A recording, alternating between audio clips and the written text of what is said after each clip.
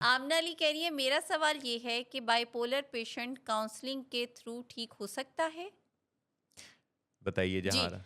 अच्छा, मैं अपने बाकी व्यूअर्स के लिए ये भी बता दूँ कि जो बाइपोलर की बात करी है ना, it's not about the polar bear.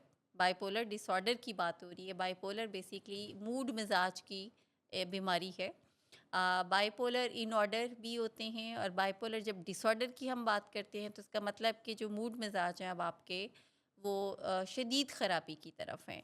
तो मैम, काउंसलिंग तो बेसिकली हर जितने भी मसाइल हैं, अगर उनको टाइमली एड्रेस कर लिया जाए तो उसमें जो पहले तौर पे, पहले स्टेप पे जो चीज़ इंतहाई फ़ायदेमंद साबित होती है वो काउंसलिंग ही है। जी, बाइपोलर डिसऑर्डर में जो चीज़ अहम, यानी जैसे मूड मिजाज की ख़राबी है, और मूड मिजाज में भी मैं बताऊं कि आपका जो मूड है वो दो तरीकों से, जैसे ये बाय पोल है ना, तो दो पोल्स में स्विंग कर रहा होता है। जी, यानी एक पोल पे जो आपका मूड है वो एक्सट्रीम पे जा रहा होता है, manic, you feel so high, energetic, active, alert, at time aggressive भी, यानी जिसे हम मैनिक कहते हैं हुँ, मेनिया में।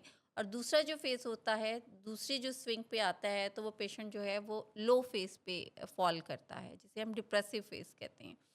तो कभी-कभार में तो हम सारे एक्सपीरियंस करते हैं, जैसे ईद के मौके पे सारे ही हम बड़ा अच्छा फ़ील कर लेंगे, या किसी शादी फंक्शन पे, और किसी दुःख की घड़ी में, किसी सैड टाइम में हम अगर लो फ़ील करेंगे तो इट्स अ नॉर्मल। जी, लेकिन बिला वजह से जब स्विंग करने लग पड़े मूड्स आपके, तो उसमें फिर हम इसको बाइपोलर डिसऑर्डर का नाम देते हैं। और इसके अंदर जो चीज़ सबसे पहले ज़रूरी होती है वो आ गई है, जैसे मैं हर बात में कहती हूँ, आइडेंटिफाई करें। यानी अगर आपको ये चीज़ समझने में आसानी हो रही है कि वाई आई एम लाइक मैं इस तरह स्विंग करता है मेरा मूड जी, एकदम से, क्योंकि दोनों ही फेजेस के अंदर रॉन्ग डिसीजंस होते जी, हैं। जी, दोनों जो स्विंग्स हैं मूड्स के, इसके अंदर पेशेंट ऐसे फैसले ले लेता है जिस पे कि भाई वो खुद ही उसकी लाइफ पे असरअंदाज होते हैं, खुद ही वो रिग्रेट भी करता है, रिजेंटफुल भी होता है। जैसे मैनिक में पेशेंट जो है यूजली मल्टीपल रिलेशनशिप में जा सकता है, एक से हुँ। ज़्यादा शादी का फैसला कर सकता है, एक से ज़्यादा जगह पे बिजनेस इन्वेस्टमेंट का फैसला कर सकता है। रिस्क बहुत ज़्यादा इन्वॉल्व हो रिस्क जाएगा। टेकिंग बिहेवियर्स होते हैं। रैश ड्राइविंग होगी, जी। जल्दी से दोस्त बनेंगे, जल्दी से ताल्लुक बनेंगे, जल्दी से टूटेंगे। जी। कोई कानूनी इम्पल्सिविटी। चैलेंज हो सकता है। जी। जी। जो रुके तो कोहे गरां थे हम, हम्म। जो चले तो जान से गुज़र गए। वाह, वाह, वाह! बाइपोलर डिसऑर्डर के शेड से ज़्यादा जो है, वो कोई बेहतरीन तरीके से नहीं एक्सप्रेस कर सकता मोहसिन साहब। तो ये जो है, ये मूड के डिसऑर्डर पे अगर कोई चला जाए, बाइपोलैरिटी इटसेल्फ जो है, जी। वो तो दुनिया के अंदर काफ़ी रंगारंगी फैलाने वाली चीज़ है। जी। जी। यानी दुनिया में जितने लोग भी आपको बहुत शानदार कामयाबियाँ, छक्के-चौके लगाते हुए नज़र आते हैं, जी। जी। किसी भी मैदान में, जी। ये बाइपोलैरिटी इनके अंदर होगी। जी। जी। डिसऑर्डर जब बन जाएगा, जी। तो मसला तब पैदा होगा, एग्ज़ैक्टली। और इन ऑर्डर रखना सीखना होगा। एग्ज़ैक्टली। मूड के उतार-चढ़ाव की इस बीमारी के बारे में आप हमारे यहाँ विलिंग वेज के आप यूट्यूब चैनल पर आएँगे, विलिंग वेज पाकिस्तान पर, तो आपको ढेर सारी वीडियोज़ मिलेंगी। आप हमारे फेसबुक पेज पर आएँगे तो आपको बहुत कुछ मिलेगा।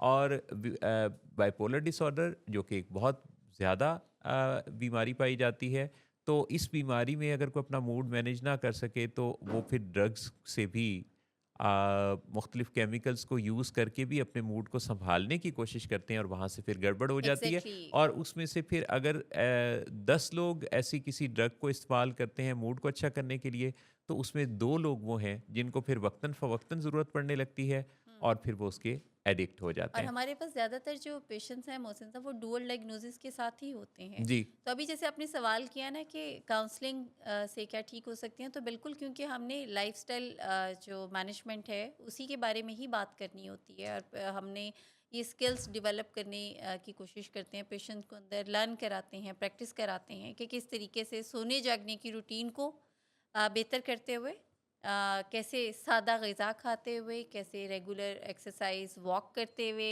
कैसे गुड फीलिंग देते हुए खुद को भी और दूसरों को भी, और अगर ज़रूरत है तो कोई भी मूड स्टेबलाइज़र के साथ आप अपने बाइपोलर डिसऑर्डर को इन ऑर्डर कर सकते हैं। और लेकिन लेकिन ये काम आपने खुद नहीं करना। हाँ, यानी ये काम जो है, जैसे ये तो काउंसलिंग में भी ऑब्वियसली जब हाँ, आप काउंसलिंग में आएँगे, तो फिर यही तो तरीक़ेकार सीखेंगे आप कि किस तरीके से हम इसे मैनेज कर अच्छा, सकते हैं। वो मैंने ये काम कहा कि खुद से नहीं करना, जैसे अभी आपने कहा ना मूड स्टेबलाइज़र के साथ आप अपने मूड को, तो बाज़-औक़ात ना लोगों को मैंने देखा है कि सेल्फ मेडिकेशन का हाँ, लोगों के दैट्स यहाँ बड़ा रुझान है। एग्ज़ैक्टली। मेरे पास बहुत सारे केसेज़ ऐसे आते हैं जो खुद से दवाई शुरू कर जैसे लेते हैं। लास्ट शो में अगर आपको याद होगा हाँ, तो वो अपने मूड को किसी रिलैक्सेंट से ही मैनेज जी, करने जी, की कोशिश कर रहे बेंज़ोडाज़ेपीन थे। से वो कर रहे थे। जी, एग्ज़ैक्टली।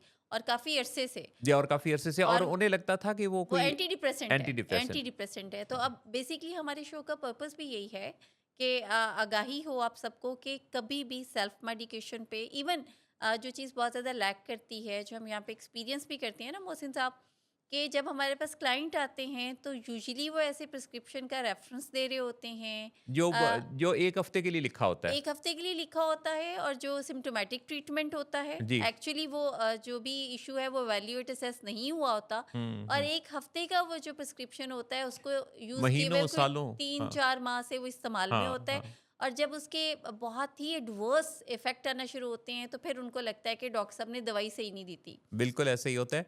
और ये जो सारी बातें हैं इसके अंदर यूँ समझ लीजिए कि कई पहलू हैं इसके। जी, सो अगर मूड में उतार-चढ़ाव सँभाला नहीं ना जाता, जी, तो फिर ज़रूरत है कि इस बारे में ज़रा देख लिया जाए कि ये जो बेलगाम सा हो रहा है मूड, जी, वजह क्या है इसकी? बिल्कुल। तो सोचें या मूड, ये दोनों ही बेलगाम होने लगें, तो फिर किसी दाना से हाँ, किसी प्रोफ़ेशनल से मशवरा किया जा बिल्कुल। सकता है, इस बारे में नॉलेज हासिल किया जा सकता है, और इससे आपको बड़ी अच्छी मदद मिलेगी।